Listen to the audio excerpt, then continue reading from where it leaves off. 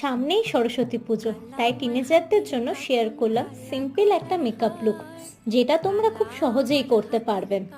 সরস্বতী পুজোর কথা বলতেই চোখের সামনে হলুদ রংটাই ভেসে ওঠে, তাই ভিডিওতে হলুদ শাড়ি পরলাম।